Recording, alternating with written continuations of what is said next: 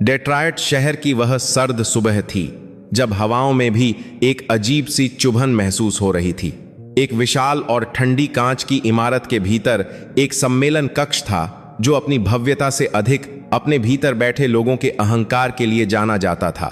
उस कमरे की मेज के एक तरफ वे लोग बैठे थे जो खुद को दुनिया के मोटर वाहन उद्योग का निर्विवाद राजा मानते थे, और दूसरी तरफ एक ऐसा व्यक्ति बैठा था जिसकी आंखों में अपने देश के लिए एक बड़ा सपना था। वह व्यक्ति रतन टाटा थे, जो भारत से अपने यात्री कार व्यवसाय के भविष्य को लेकर एक उम्मीद के साथ वहां आए थे।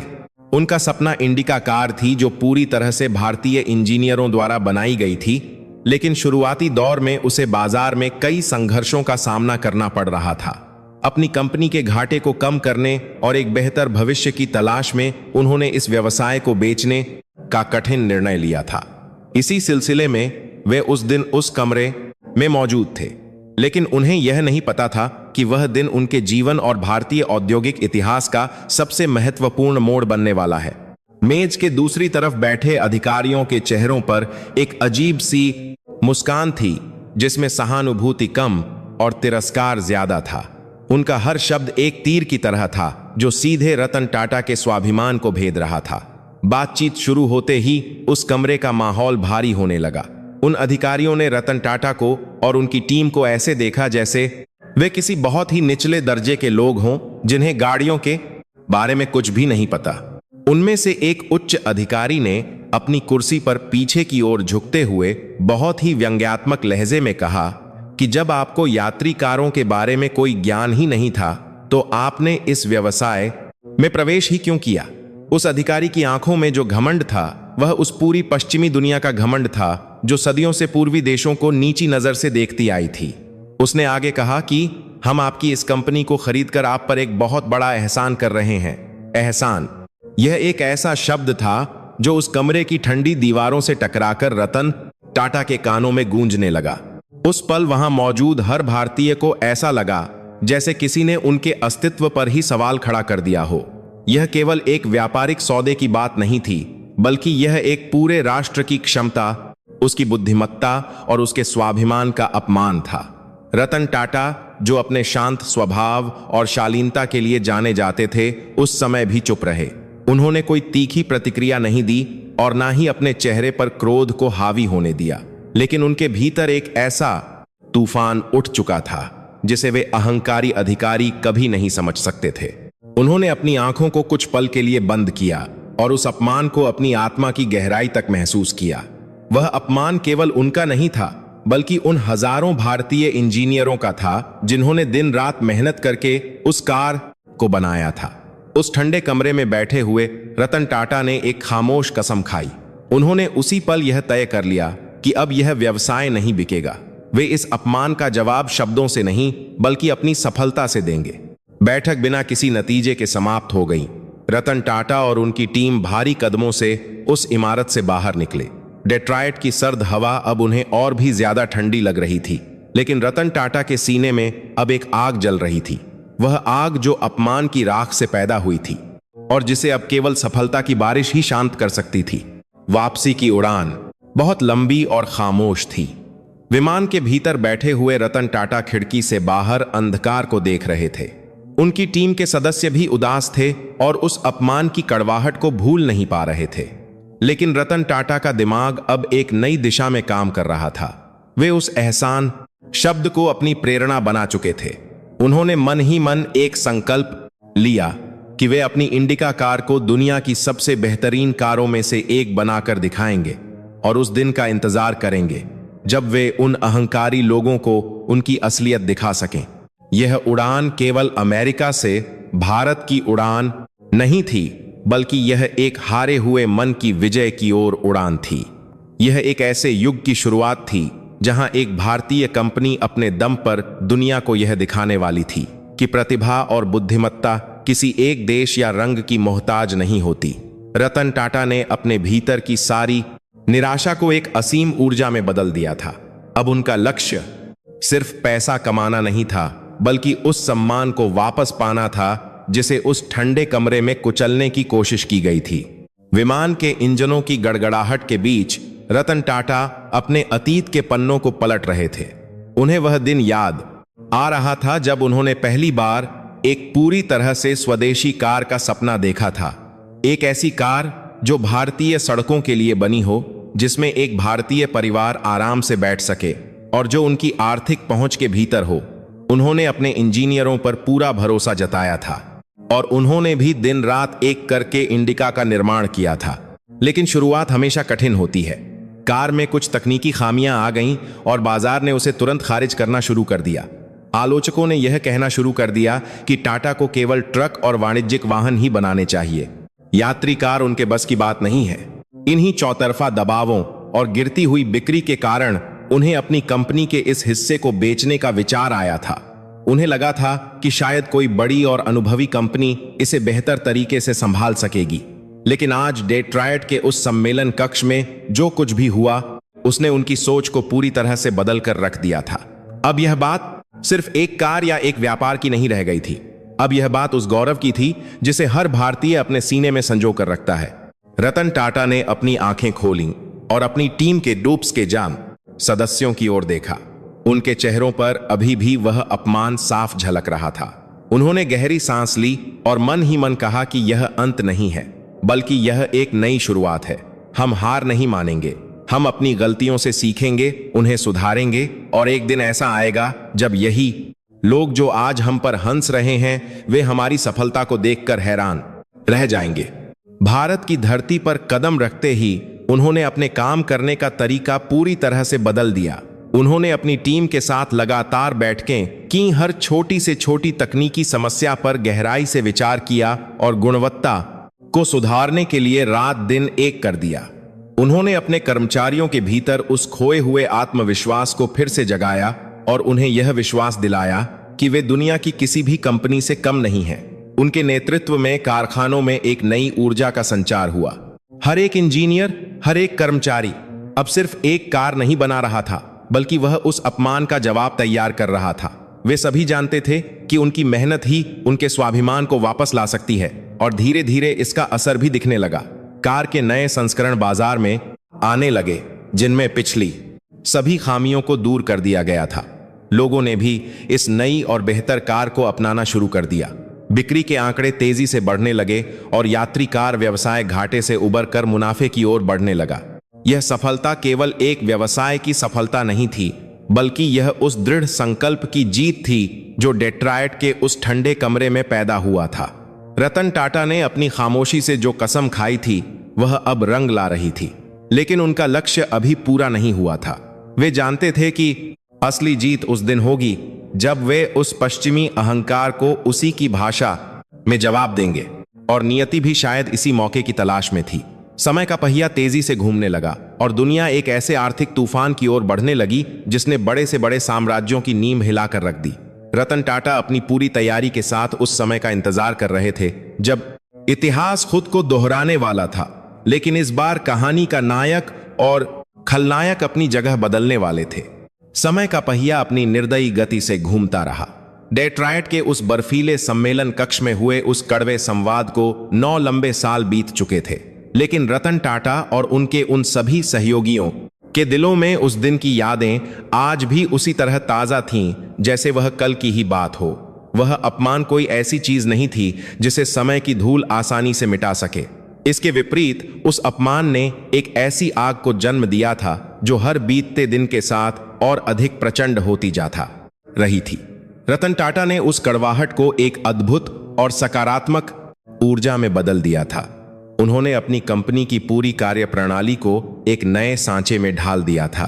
अब उनका हर एक कदम केवल व्यापारिक लाभ के लिए नहीं, बल्कि उस खोए हुए सम्मान को वापस पाने की दिशा में उठ रहा था। इन 9 वर्षों में भारतीय कारखानों के भीतर एक मौन क्रांति जन्म ले चुकी थी।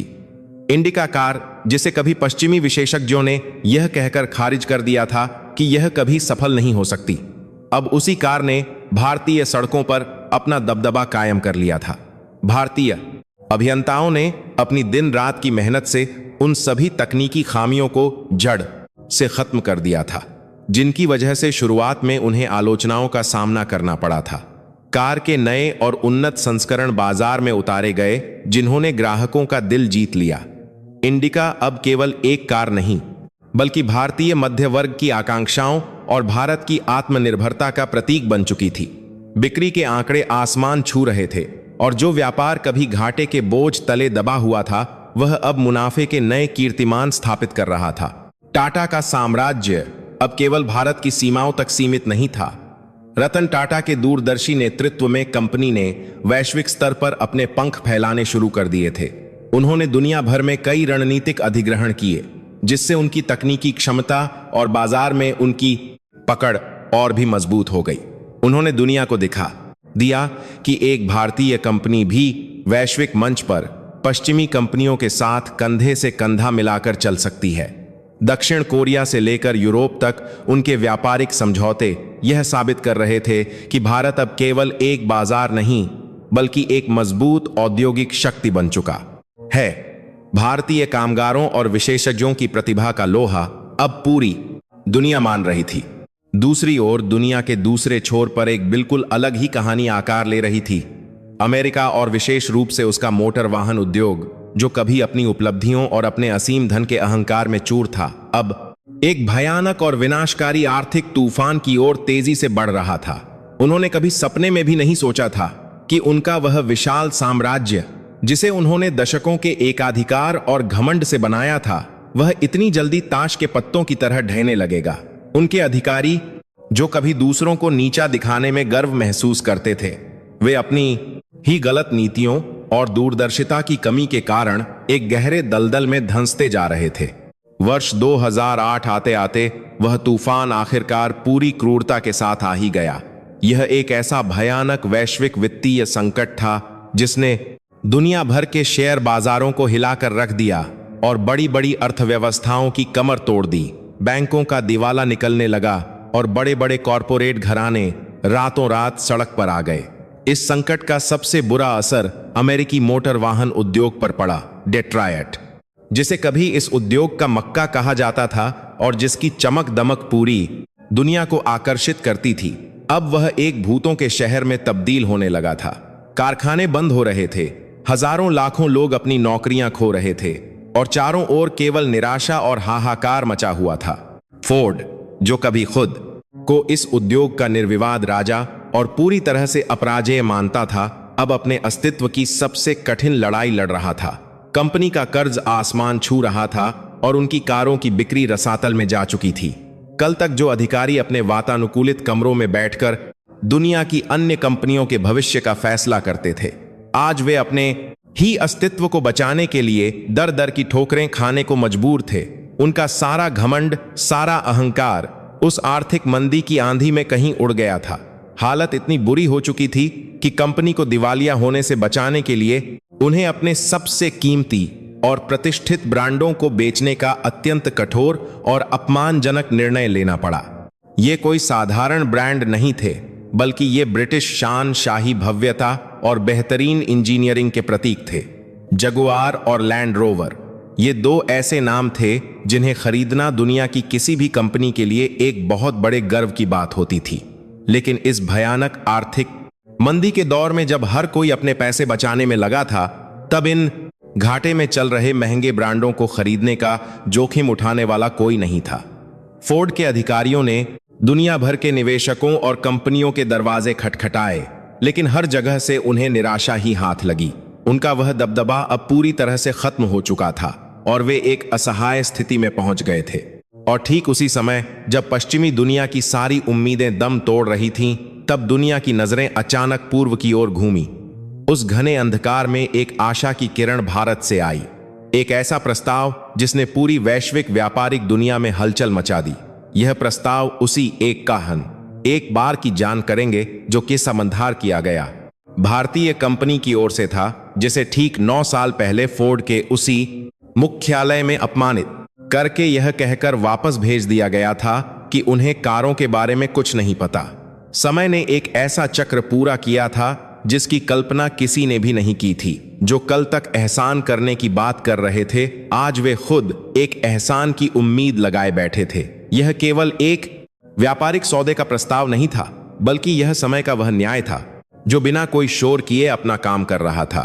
यह उस धैर्य, उस कड़ी मेहनत और उस खामोश संकल्प की जीत का संकेत था जो 9 साल पहले डेट्रॉयट के उस ठंडे कमरे में पैदा हुआ था। फोर्ड के मुख्यालय में जब यह प्रस्ताव पहुंचा तो वहां एक अजीब सा सन्नाटा छा गया। जिन अधिकारियों के हाथों में कभी सत्ता की चाबी हुआ करती थी, उनके चेहरे की रंगत उड़ गई। वे उस नाम को देखकर अवाक रह गए जो प्रस्ताव पत्र पर लिखा था। यह उनके लिए नियति का एक बहुत ही क्रूर लेकिन सच्चा मजाक था। उन्हें वह दिन याद आने लगा जब उन्होंने अपने अहंकार में अंधे होकर एक सच्चे उद्यमी का मजाक उड़ाया था। आज वही उद्यमी उनकी डूबती हुई नैया को पार लगाने के लिए अपना हाथ आगे बढ़ा रहा था। उनके पास इस प्रस्ताव को ठुकराने का कोई विकल्प नहीं था, क्योंकि कोई और खरीदार सामने नहीं आ रहा था और समय तेजी से उनके हाथों से फिसलता जा रहा था। रतन टाटा का यह कदम किसी भी तरह के अहंकार या बदले की भावना से प्रेरित नहीं था। उन्होंने इस प्रस्ताव को एक विशुद्ध व्यापारिक अवसर के रूप में देखा था। उन्हें जगुआर और लैंड रोवर की विरासत, उनके कुशल कारीगरों और उनके ब्रांड मूल्य पर पूरा विश्वास था। वे जानते थे कि सही नेतृत्व और उचित निवेश के साथ इन डूबती हुई कंपनियों को फिर से खड़ा किया जा सकता है। उनकी यह सोच उस पश्चिमी सोच से बिल्कुल अलग थी जो केवल मुनाफे और छंटनी में विश्वास रखती। रतन टाटा एक ऐसा साम्राज्य बनाना चाहते थे जो मानवीय मूल्यों और सम्मान पर आधारित हो। यह खबर जैसे ही अंतर्राष्ट्रीय मीडिया में फैली, चारों ओर एक ही चर्चा होने लगी। पश्चिमी देशों के अखबारों और व्यापारिक पत्रिकाओं में इस बात पर लंबी लंबी बहसें होने लगीं कि क्या एक भारतीय कंपनी इन शाही ब्रिटिश ब्रांडों को संभालने में सक्षम होगी। कई आलोचकों ने अभी भी अपनी पुरानी मानसिकता को नहीं छोड़ा था और वे इस सौदे पर संदेह जता रहे थे। उनका मानना था कि जो कंपनी भारत में सस्ती कारें बनाती है वह दुनिया की सबसे कारें परहे थे। महंगी और विलासितापूर्ण कारों का प्रबंधन कैसे कर सकती है। लेकिन रतन टाटा इन सभी आलोचनाओं से बेपरवाह थे। वे जानते थे कि उनका काम उनके शब्दों से ज्यादा जोर से बोलेगा। 9 साल के लंबे सफर ने उन्हें और उनकी टीम को हर तरह की चुनौतियों का सामना करने के लिए मानसिक और तकनीकी रूप से पूरी तरह तैयार कर दिया था और अब दुनिया के सामने यह साबित करने का समय आ गया था। मार्च 2008 का वह ऐतिहासिक दिन आखिरकार आ ही गया। यह कोई साधारण दिन नहीं था, बल्कि यह वह दिन था जब समय अपनी पूरी ताकत के साथ न्याय करने वाला था। इस बार बैठक डेट्रॉयट के उस ठंडे और नीरस कमरे में नहीं, बल्कि एक तटस्थ और भव्य स्थान पर हो रही थी। फोर्ड के शीर्ष अधिकारी उस सम्मेलन कक्ष में प्रवेश कर रहे थे, लेकिन इस बार उनकी चाल में वह पुराना गुरूर और वह अहंकार बिल्कुल नहीं था। उनके अहंकार में चाकिस तरह से अधिक करने में कंधे झुके हुए थे। चेहरों पर अपनी विरासत को खोने की गहरी पीड़ा और एक अनिश्चित भविष्य का डर साफ झलक रहा था। जो लोग कल तक दुनिया पर राज करने का दावा करते थे, आज वे अपने ही बनाए जाल में फंसकर एक एक सांस के लिए संघर्ष कर रहे थे। मेज के दूसरी तरफ रतन टाटा अपनी टीम के साथ उसी शांत और सौम्य मुद्रा में बैठे थे जैसे वे 9 साल पहले बैठे थे। उनके चेहरे पर कोई घमंड नहीं था, कोई बदले की भावना नहीं थी। फर्क सिर्फ इतना था कि उस समय वे एक खरीदार की तलाश में एक संघर्षरत भारतीय कंपनी के मालिक के रूप में वहां गए थे और आज वे दुनिया के सबसे प्रतिष्ठित ब्रिटिश ब्रांडों के तारणहार के रूप में वहां मौजूद थे। बातचीत शुरू हुई। फोर्ड के अधिकारियों ने जगुआर और लैंड रोवर के वित्तीय आंकड़े मेज पर रखे। उन्होंने भारी मन से यह स्वीकार किया कि कैसे ये दोनों ऐतिहासिक ब्रांड भारी नुकसान में चल रहे हैं और अगर जल्द ही कोई ठोस समाधान नहीं निकला तो दुनिया भर में फैले उनके कारखाने बंद हो जाएंगे और हजारों ब्रिटिश मजदूरों की नौकरियां हमेशा के लिए खत्म हो जाएंगी। रतन टाटा ने उनकी हर बात को बहुत ध्यान से सुना। उन्होंने फोर्ड की इस लाचारी का कोई मजाक नहीं उड़ाया, कोई व्यंग्य नहीं किया और न ही 9 साल पहले हुए उस अपमानजनक व्यवहार का कोई जिक्र के बीच का असली अंतर होता है। भारतीय संस्कृति हमेशा से अपने विरोधियों को भी सम्मान देना सिखाती है और रतन टाटा उस संस्कृति के सबसे बड़े प्रतीक थे। चर्चा आगे बढ़ी और सौदे की पेचीदगियों पर बात होने लगी। तभी फोर्ड के एक वरिष्ठ अधिकारी ने हिचकिचाते हुए और अपनी नजरें नीची रखते हुए कहा कि हमें पूरी उम्मीद है कि आप इन दोनों शाही ब्रांडों की गरिमा और उनकी ब्रिटिश विरासत को बनाए रखेंगे। ये है आपके लिए कहीं कूस आपको इंदर साथ रहे हैं। और उनकी बख्शानसल दृश्य अपने आप में बहुत ही अद्भुत और विडंबनापूर्ण था। यह वही कंपनी थी जिसके अधिकारियों ने कभी रतन टाटा से व्यंग्यात्मक लहजे में पूछा था कि जब आपको कारों के बारे में कुछ पता ही नहीं है तो आप इस कार व्यवसाय में क्यों आ गए। और आज वही लोग अपनी सबसे कीमती संपत्ति एक भारतीय उद्यमी के हाथों में सौंपते हुए उससे उनकी गरिमा बनाए रखने की विनती कर रहे थे। आज वे उस व्यक्ति की क्षमता पर कोई सवाल नहीं उठा रहे थे, बल्कि उसकी शरण में आकर अपने अस्तित्व की भीख मांग रहे थे। रतन टाटा ने अपनी गहरी और शांत आवाज में जवाब दिया कि हम केवल लोहे और स्टील के कारखाने नहीं खरीद रहे हैं, बल्कि हम एक महान विरासत को अपना रहे हैं। हम ब्रिटिश कामगारों की इंजीनियरिंग प्रतिभा का पूरा सम्मान करते हैं और हमारा लक्ष्य यहां आकर लोगों की छंटनी करना या ब्रांड की पहचान को मिटाना नहीं है, बल्कि हम इस व्यवसाय को फिर से खड़ा करने और इसे पहले से भी अधिक ऊंचाइयों पर ले जाने के लिए प्रतिबद्ध हैं। उनके इन शब्दों ने फोर्ड के अधिकारियों के मन में उठ रहे हर तूफान को शांत कर दिया। उन्हें एहसास हुआ कि वे अपने ब्रांड को किसी निर्मम व्यापारी को नहीं, बल्कि एक ऐसे व्यक्ति को सौंप रहे हैं जो व्यापार के साथ साथ मानवीय संवेदनाओं को भी समझता है। जैसे जैसे बैठक अपने अंतिम चरण में पहुंची, सौदे की सभी शर्तें तय हो गईं और फिर वह क्षण आया जिसका इंतजार इतिहास 9 सालों से कर रहा था। फोर्ड के चेयरमैन ने खुद रतन टाटा की ओर देखते हुए एक ऐसा वाक्य कहा जिसने इतिहास के पन्नों में उस 9 साल पुराने अपमान को हमेशा के लिए धो दिया। उन्होंने रतन टाटा की ओर हाथ बढ़ाते हुए कहा कि आप जगुआर और लैंड रोवर को खरीदकर हम पर एक बहुत बड़ा एहसान कर रहे हैं। एहसान, यह वही शब्द था जो 9 साल पहले डेट्रॉयट के उस ठंडे कमरे में एक तीर की तरह रतन टाटा के स्वाभिमान को भेद गया था। लेकिन आज उसी कमरे में उसी शब्द का अर्थ पूरी तरह से बदल चुका था। आज यह शब्द किसी पश्चिमी अहंकार की उपज नहीं था, बल्कि यह एक पराजित साम्राज्य की कृतज्ञता और लाचारी का सबसे बड़ा प्रतीक था। आज यह साबित हो गया था कि समय से बड़ा बलवान कोई नहीं है और सच्ची सफलता वही है जो बिना कोई शोर मचाए दुनिया को झुकने पर मजबूर कर दे। रतन टाटा के चेहरे पर एक हल्की सी और शालीन मुस्कान आई, लेकिन उन्होंने अपने मुंह से एक भी कड़वा शब्द नहीं निकाला। उन्होंने पूरी शांति और गरिमा के साथ उस ऐतिहासिक समझौते के दस्तावेजों पर हस्ताक्षर कर दिए। यह हस्ताक्षर केवल 2 कंपनियों के बीच का सौदा नहीं था, बल्कि यह वैश्विक अर्थव्यवस्था के बदलते हुए संतुलन का सबसे बड़ा प्रमाण था। जिस क्षण रतन टाटा ने अपना पेन नीचे रखा, उस क्षण पश्चिमी दुनिया के औद्योगिक दबदबे का एक बड़ा अध्याय हमेशा के लिए समाप्त हो गया। अब भारत केवल पश्चिमी उत्पादों का एक उपभोक्ता बाजार नहीं रह गया था, बल्कि वह दुनिया के सबसे बड़े और सबसे प्रतिष्ठित औद्योगिक मंच पर एक मुख्य खिलाड़ी बन चुका था। यह एक ऐसा क्षण था जिस पर हर भारतीय को गर्व होना चाहिए था, क्योंकि यह केवल टाटा की जीत नहीं थी, बल्कि यह भारत की बुद्धिमत्ता और उसके धैर्य की जीत थी। हस्ताक्षर होने के बाद की सुबह एक नए युग की शुरुआत थी। जब रतन टाटा ने जगुआर और लैंड रोवर का नियंत्रण अपने हाथों में लिया, तो पूरी दुनिया की निगाहें उन पर टिकी थीं।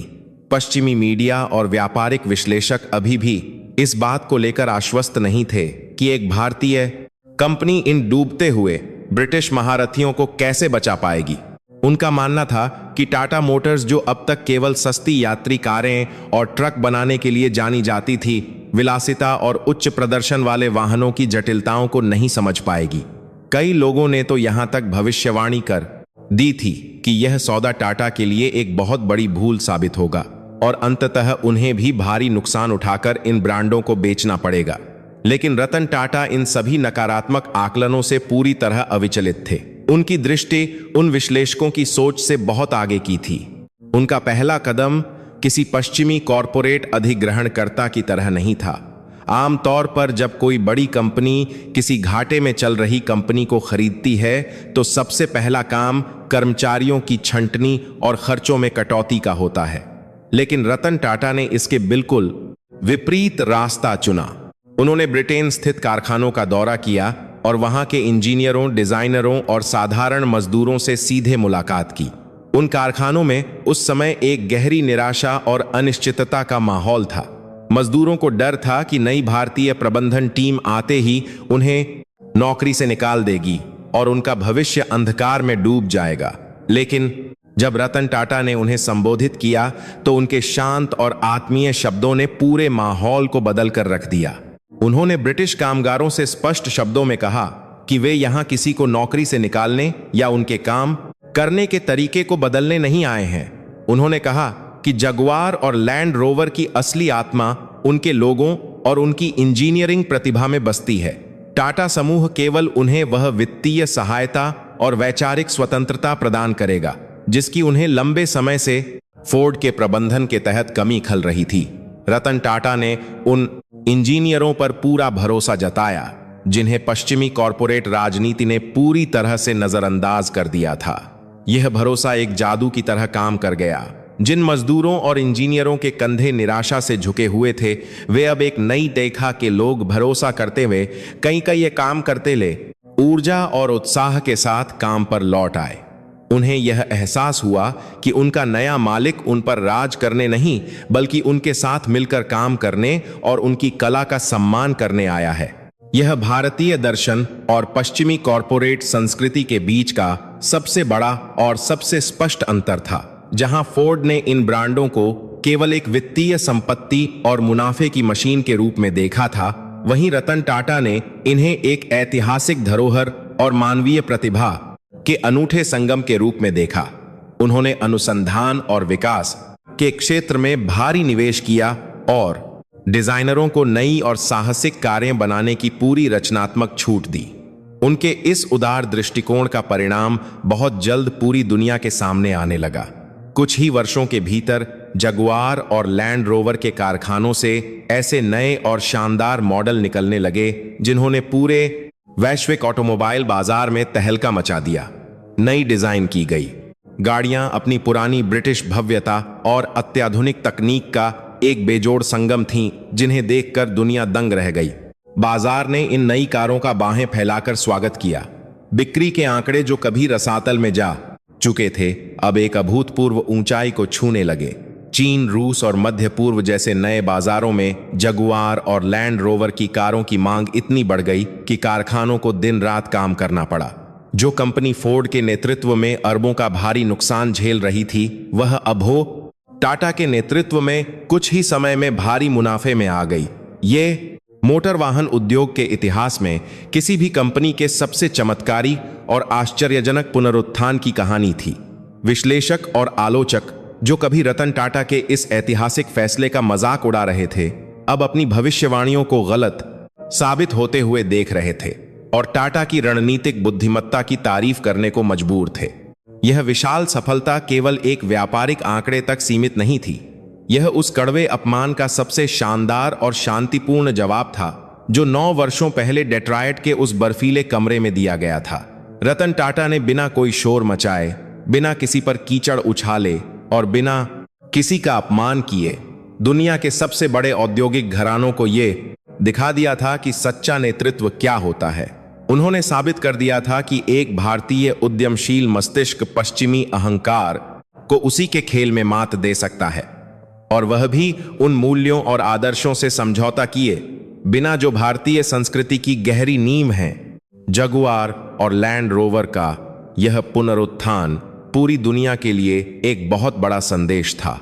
यह संदेश था कि भारत अब केवल एक गरीब या विकासशील देश नहीं रहा जिसे पश्चिमी दुनिया अपनी शर्तों पर चला सके या जब चाहे उसका अपमान कर सके। भारत अब एक ऐसी आर्थिक और बौद्धिक महाशक्ति के रूप में उभर रहा था जो विश्व स्तर पर न केवल प्रतिस्पर्धा कर सकता है बल्कि नेतृत्व भी कर सकता है। भारतीय कंपनियों के पास अब वह तकनीकी ज्ञान, वह वित्तीय क्षमता और सबसे महत्वपूर्ण वह अजेय आत्मविश्वास था जिससे वे किसी भी वैश्विक चुनौती का डटकर सामना कर सकते थे। आज जब जगुआर या लैंड रोवर की कोई शानदार कार दुनिया के किसी बड़े शहर की सड़क पर शान से गुजरती है, तो वह केवल ब्रिटिश इंजीनियरिंग का ही प्रदर्शन नहीं करती बल्कि वह उस अदम्य भारतीय भावना का भी प्रतीक होती है जिसने उसे मरने से बचाया था। वह कार रतन टाटा के उस खामोश संकल्प की जीत का जीता जागता सबूत है। वह पूरी दुनिया को याद दिलाती है कि कभी किसी की क्षमता का आकलन उसकी शुरुआत या उसके मूल स्थान से नहीं करना चाहिए। अहंकार चाहे कितना भी बड़ा और शक्तिशाली क्यों न हो, वह दृढ़ संकल्प, कड़ी मेहनत और सच्ची बुद्धिमत्ता के सामने एक न एक दिन जरूर घुटने टेकता है। समय का पहिया पूरी तरह से घूम चुका था। डेट्रॉयट का वह अहंकार अब इतिहास के पन्नों में कहीं बहुत गहराई में दफन हो चुका था और भारतीय औद्योगिक शक्ति का चमकता हुआ सूर्य पूरी दुनिया में अपनी असीम रोशनी बिखेर रहा था। रतन टाटा का वह सपना जो कभी एक छोटी सी स्वदेशी भारतीय कार से शुरू हुआ था, अब वैश्विक विलासिता और उत्कृष्टता का सबसे बड़ा मानक बन चुका था। और इस पूरी लंबी यात्रा में सबसे बड़ी जीत उस मानवीय सम्मान की हुई थी जिसे हमेशा व्यापार और मुनाफे से ऊपर रखा जाना चाहिए। यह कहानी आने वाली कई पीढ़ियों तक उन सभी लोगों को प्रेरित करती रहेगी जो अपने एक वाई बात सपनों पर विश्वास करते हैं और जो यह अच्छी तरह जानते हैं कि कड़ी मेहनत और शालीनता से दुनिया की कोई भी जंग जीती जा सकती है। यह कहानी हमें सिखाती है कि सच्चा जवाब शब्दों से नहीं बल्कि अपनी सफलता से दिया जाता है। आपको रतन टाटा का यह कदम कैसा लगा और क्या आपको भी एक भारतीय होने पर गर्व महसूस हुआ? कृपया अपने विचार नीचे कमेंट करके हमें जरूर बताएं और वीडियो को लाइक करना न भूलें।